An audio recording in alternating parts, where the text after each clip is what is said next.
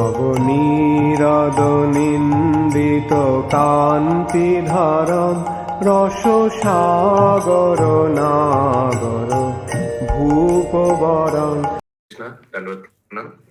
हम लोग श्रीमद् भागवतम के तीसरे स्कंद में हैं। 13वां अध्याय चल रहा है। आज हम लोग श्लोक संख्या 18 से कंटिन्यू करेंगे, 18 से 25 तक करेंगे। श्रीमद् भागवतम 3.13.18 to 25, 18 नंबर श्लोक। विद्याभिधाय यतो नासा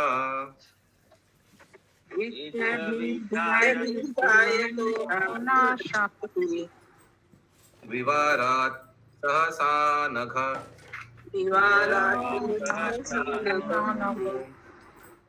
वराह तोको निरागात्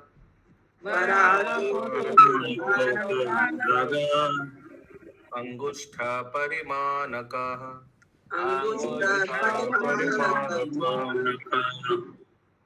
यस, सुषमा जयसवाल माता जी। यस प्रभु। हरे कृष्णा। सभी को दंडवत प्रणाम। हे निष्पाप विदुर, जब ब्रह्मा विचार मग्न थे तो उनके नथुनों से सहसा एक वराह का लघु रूप बाहर निकल आया।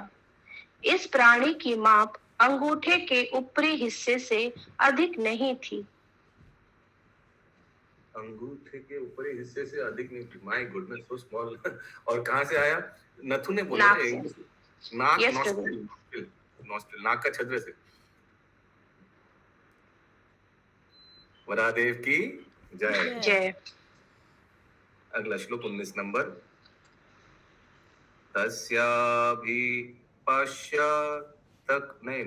तस्याभिपश्यत खस्था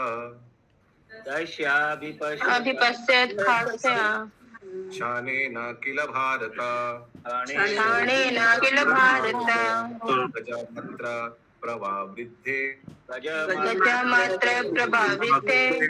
तदद्भुतम् अभून्महात्। यस, सब भक्त श्रीमद् भागवतम का श्लोक का उच्चारण करने का मौका मिल रहा है। बहुत भक्त लोग मोबाइल को देख रहे हैं, कुछ मुंह से निकल नहीं रहे कुछ। हाँ, तो प्लीज उच्चारण कीजिए सबके साथ। यस माता जी। हे भरतवंशी, तब ब्रह्मा के देखते देखते वह वराह विशाल काय हाथी जैसा अद्भुत विराट रूप धारण करके आकाश में स्थित हो गया। मरीचि प्रमुखेर विप्रे कुमारेर मनुना सह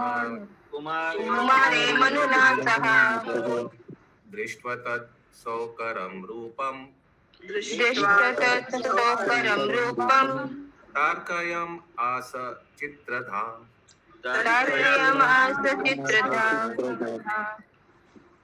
आकाश में अद्भुत शूकर जैसा रूप देखने से आश्चर्यचकित ब्रह्मा मरीचि जैसे महान ब्राह्मणों तथा चारों कुमार एवं मनु के साथ अनेक प्रकार से तर्क वितर्क करने लगे। चार कुमार वही थे फिर।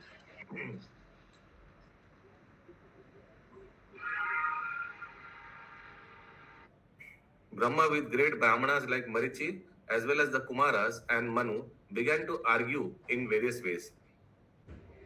Kimetat shukara vyajam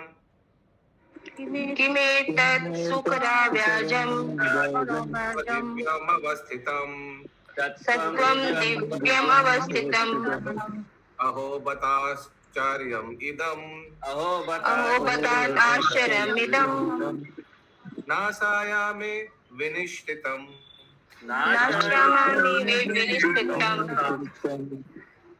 क्या सूकर के बहाने से यह कोई असामान्य व्यक्तित्व आया है? यह अति आश्चर्यप्रद है कि वह मेरी नाक से निकला है। अगला श्लोक 22 नंबर। दृष्टो अंगुष्ठ शिरोमत्र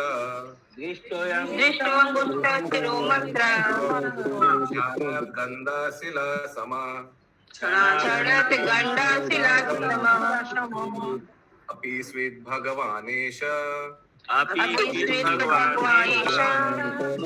यज्ञो मे खेदयं मनः यज्ञ में खेत ब्रह्मणा।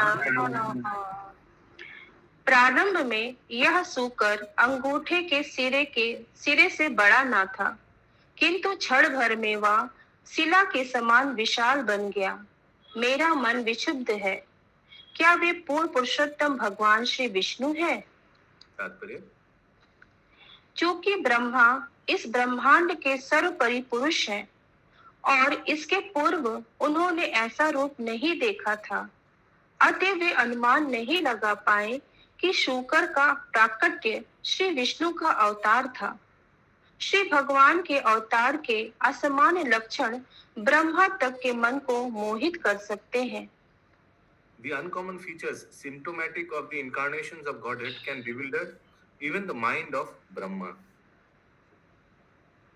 इति मिमां सतस्त्स्य इति निवासं ततस्तस्य ब्राह्मणा सहस्नुभिः ब्रह्मणा स्वात्मोभिः भगवान यज्ञ पुरुषो भगवान यज्ञ पुरुषो जगेंद्र सन्निभा। जगदेन्द्र सन्निधा। जब ब्रह्मा अपने पुत्रों के साथ विचार विमर्श कर रहे थे, तो पुरुषोत्तम भगवान श्री विष्णु ने विशाल पर्वत के समान भारी गर्जना की। तात्पर्य, ऐसा प्रतीत होता है कि विशाल पर्वतों में भी उनकी गर्जना करने की शक्ति होती है, क्योंकि वे भी जीव हैं। ध्वनि गर्जन की मात्रा भौतिक शरीर के आकार के अनुपात में होती है। अभी ब्रह्मा श्री भगवान के सूकर अवतार के प्रकट होने के विषय में अनुमान लगा ही रहे थे कि श्री भगवान ने अपनी गंभीर वाणी द्वारा गर्जना करके ब्रह्मा के अनुमान की पुष्टि कर दी।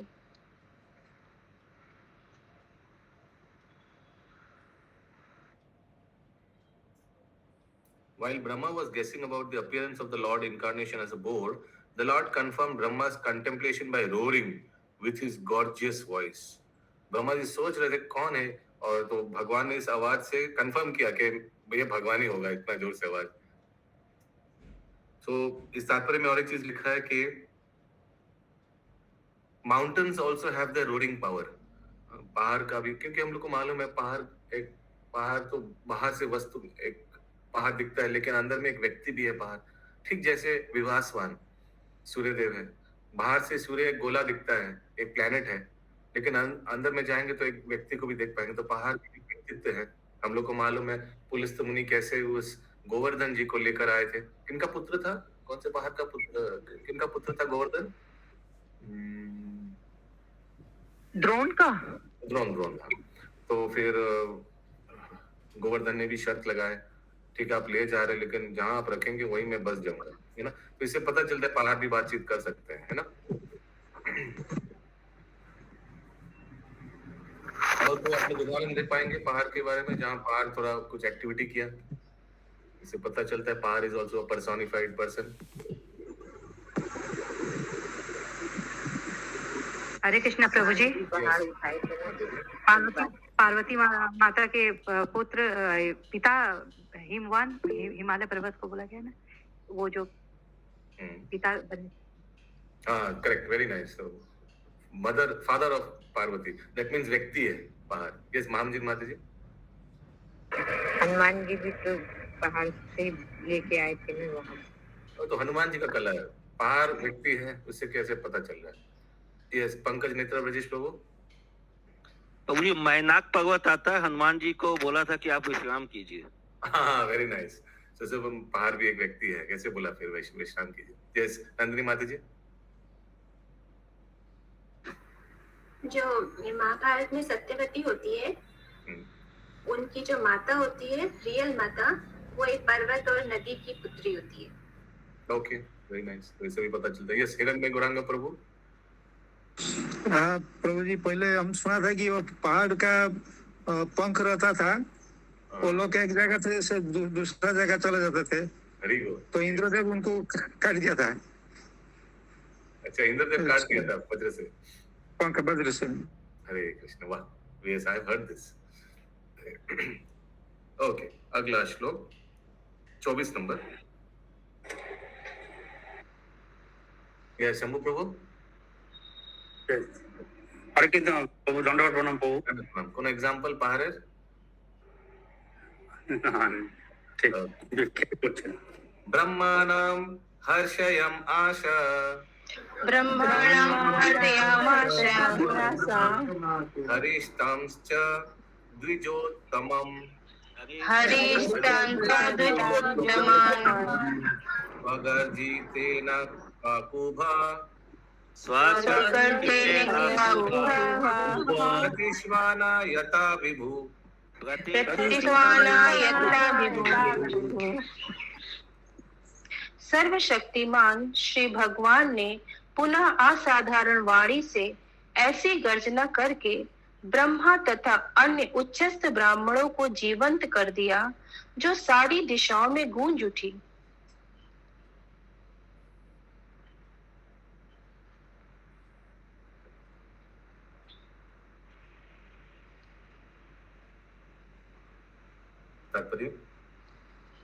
ब्रह्मा तथा अन्य उत्तम ब्राह्मण जो पूर्ण पुरुषोत्तम भगवान को जानते हैं, श्री भगवान को नाना अवतारों में से किसी एक में प्रकट होते देखकर जीवंत हो उठे।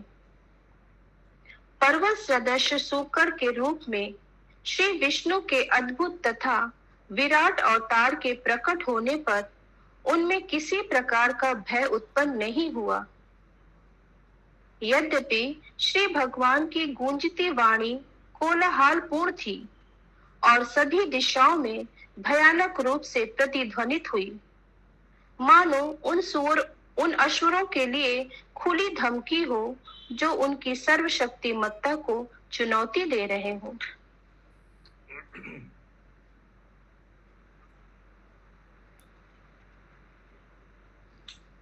किसी का कोई क्वेश्चन है?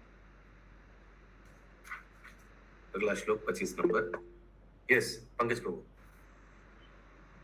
प्रभु जी, तो ये जो असुर लोग उस समय ऑलरेडी ब्रह्मा जी संरचना कर रहे थे, तो असुरों का भी तो ब्रह्मा जी नहीं बनाया होगा ना? वैरायटी ऑफ राक्षस और ये यक्ष और ऑल दिस. वो अदिति को बनाई थी ना. अदिति असुर कहाँ से आया? दीति. तो जैसे जो भी डिफरेंट फॉर्म्स है, डिफरेंट स्पेसीज का जो फॉर्मेट है, तो वो सब ब्रह्मा जी बनाए या कि वो भी पहले से डिसाइडेड था कि ये बनेगा?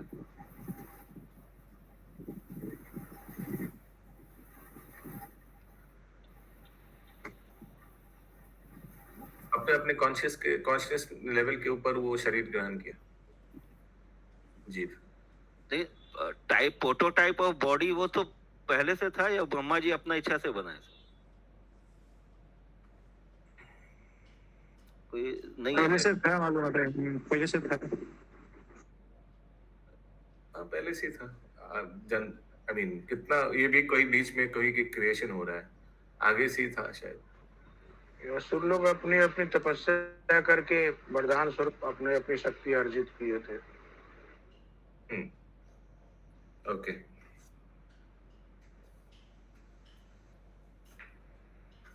अगला श्लोक 25 नंबर. निशाम्यते घरितं स्वखेदा. निशाम्यते घरितं स्वखेदा. जायेष्णु माया सुकरस्य.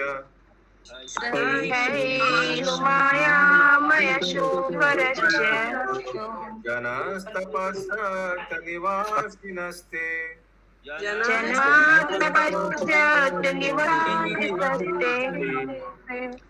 त्रिभिः पवित्रैर्मुनयो अग्रीणान् स्म.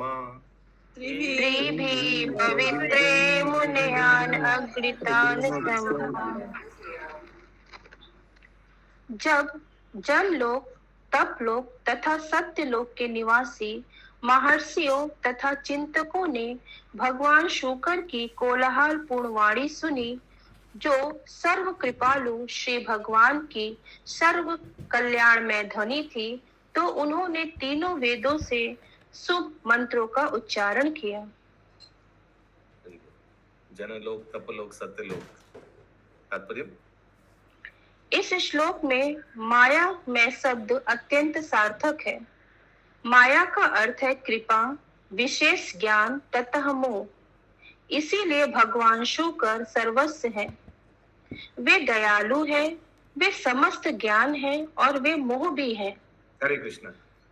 मायामय, क्षयिष्णु मायामय, माया का अलग अलग मीनिंग है, लेकिन यहाँ कौन सा मीनिंग फिट होता है? कृपा। माया का 3 मीनिंग दिया हुआ है। मर्सी यानी कृपा, स्पेसिफिक नॉलेज, उसका क्या दिया है? विशेष ज्ञान। विशेष विशेष ज्ञान। और 3 नंबर इल्यूजन, भ्रमित ना कुछ, मोह। तो साधारण तो हम लोग जब माया यूज करते हैं मटेरियल एनर्जी को डिनोट करने के लिए, तो वो मोह 3 नंबर वाला आता है ना। लेकिन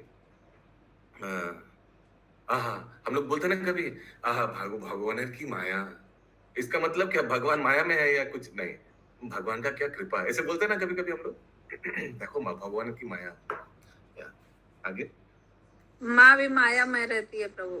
एक माँ भी बच्चे के प्रति माया में रहती है, वो भी यूज करता है इंसान माया। यस। वराह अवतार के रूप में उन्होंने जो ध्वनि की, उसका उत्तर जनलोक, तपोलोक तथा सत्यलोक में रहने वाले मुनियों ने वैदिक मंत्रों से दिया। उन लोकों में सर्वोच्च बुद्धिमान तथा पवित्र जीव निवास करते हैं। अतः जब उन्होंने वराह की असाधारण ध्वनि सुनी, तो वे समझ गए कि यह विशेष ध्वनि श्री भगवान के अतिरिक्त अन्य किसी की भी नहीं हो सकती।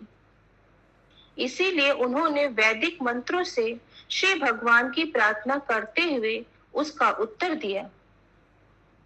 यद्यपि पृथ्वी कीचड़ में धसी हुई थी, किंतु श्री भगवान की ध्वनि सुनकर उच्चतर लोकों के निवासी अत्यंत हर्षित हुए, क्योंकि वे जान गए कि श्री भगवान वहां पृथ्वी का उद्धार करने हेतु आए थे।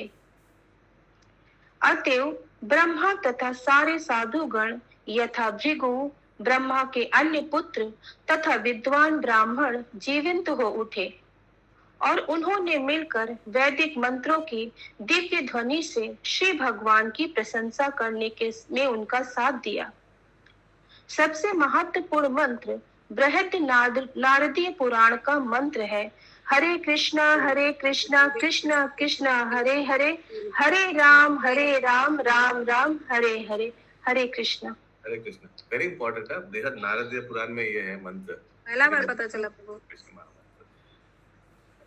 सब सो रहा था और अचानक ये आवाज सुन के सब जग गया। ब्रह्मा के सब पुत्र और सब ऋषि मुनि। यस, सुषमा शर्मा माता जी। म्यूट है माता जी। म्यूट नहीं है, लेकिन साउंड नहीं आ रहा है, कुछ हेडफोन में गड़बड़ है। नहीं, साउंड नहीं आ रहा है, हेडफोन खोल दीजिए। हरे कृष्णा। प्रभु जी बोल रहे हैं कि वेद तो 4 हैं, तो यहाँ 3 वेद क्यों लिखा हुआ है? उस दिन आया था ना, वो चौथा वेद दोनों कंबाइंड है, ऋग साम अथर्व, और चौथा वाला को एक साथ बोला जाता है, ऐसे कुछ आया था। ये आगे भी आया था ये चीज। अथर्व वेद बाद में आया प्रभु जी। हाँ, बाद में नहीं, उसको कंबाइन किया जाता है, साम और यजुर्वेद ना, Yajurveda. Atharvaveda. My point is, कौन बाद में आया आगे आया वो प्रश्न नहीं है।